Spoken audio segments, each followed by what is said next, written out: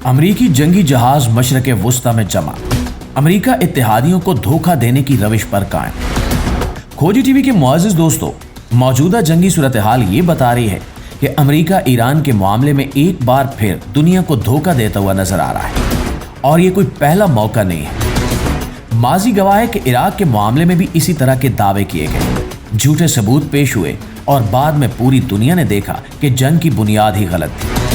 آج وہی طرز عمل ایران کے ساتھ دہرایا جا رہا ہے، جہاں ایک طرف امریکہ امن اور مذاکرات کی بات کرتا ہے اور دوسری طرف خطے میں کشیدگی بڑھانے والے اقدامات جاری رکھے ہوئے ہیں۔ یہ دوہرا معیار اب کسی سے چھپا ہوا نہیں ہے، جبکہ قطر پر اسرائیلی حملے کے وقت بھی قطر کو جس طرح امریکہ کی جانب سے تنہا چھوڑا گیا، اس نے کئی سوالات کھڑے کر دیے۔ برسوں سے اتحادی کہلانے والے ممالک کو مشکل وقت میں سہارا دینے کی بجائے امریکہ نے اپنی حکمت عملی بدل لی اور اپنے مفادات کو ترجیح دی۔ یہی رویہ افغانستان میں بھی دیکھا گیا، جہاں امریکہ نے اپنی فوجیں واپس بلا کر دنیا کو یہ تاثر دیا کہ وہ مکمل طور پر نکل چکا ہے، لیکن حقیقت یہ ہے کہ وہی طالبان حکومت جس کے خلاف 20 سال جنگ لڑی گئی، آج بھی باقاعدہ امریکی حکومت سے ڈالرز کی صورت میں مالی امداد حاصل کر رہی ہے۔ ہر ہفتے ڈالرز کی فراہمی اس بات کا ثبوت ہے کہ معاملات پس پردہ کچھ اور ہے۔ اسی طرح شام میں حکومت کی تبدیلی کے عمل میں بھی امریکہ کا کردار واضح رہا۔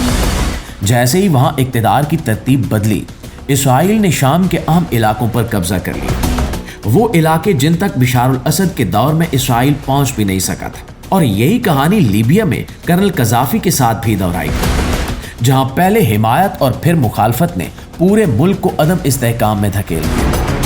آج مشرق وسطی میں ایران کے حوالے سے بھی وہی پرانا کھیل کھیلا جا رہا ہے، جس میں بیانات کچھ اور عملی اقدامات کچھ اور ہیں۔ ناظرین، اس تمام صورتحال کے دوران سب سے تشویشناک خبر یہ ہے کہ مشرق وسطی میں نیٹو ممالک کی تیز رفتار نقل و حرکت نے خطرے کی گھنٹی بجا دی۔ نیٹو اپنے طیارے بڑی تیزی سے خطے میں منتقل کر رہا ہے۔ جرمنی، فرانس اور برطانیہ کے یورو فائٹر جیٹس کو قبرص کے اکرو تیری ہوائی اڈے اور اردن کے مفرق السلطان ایئر بیس پر تعینات ہوتے دیکھا گیا ہے۔ اگرچہ امریکہ بظاہر ایران پر حملے کے ارادے کی تردید کر رہا ہے، لیکن نیٹو کی یہ فضائی سرگرمیاں اس کے بیانات کے برعکس اشارے دے رہی ہیں اور خطے میں ایک بڑے تصادم کے خدشات بڑھتے جا رہے ہیں۔ جبکہ بظاہر امریکہ متحدہ عرب امارات میں موجود ایئر بیسز سے اپنے فوجی نکال رہا ہے، لیکن پس پردہ بھارت اور نیپال سے ملکہ پہاڑی علاقوں میں تیز فوجی نقل و حمل دیکھی۔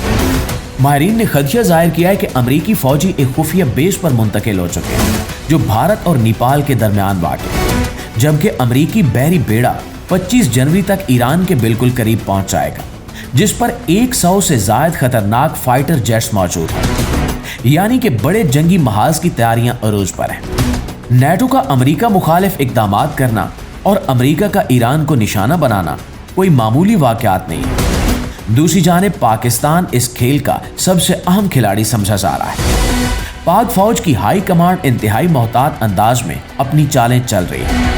اگرچہ chief of defence forces general Asim Munir نے چند روز قبل امریکہ میں کھڑے ہو کر واضح پیغام دیا تھا کہ اگر پاکستان ڈوبنے لگا تو آدھی دنیا کو ساتھ لے کر ڈوبے گا، مگر اس کھلی وارننگ کے باوجود یہ خدشہ موجود ہے کہ امریکہ کسی نہ کسی سطح پر پاکستان کو نشانہ بنانے کی کوشش کرے گا۔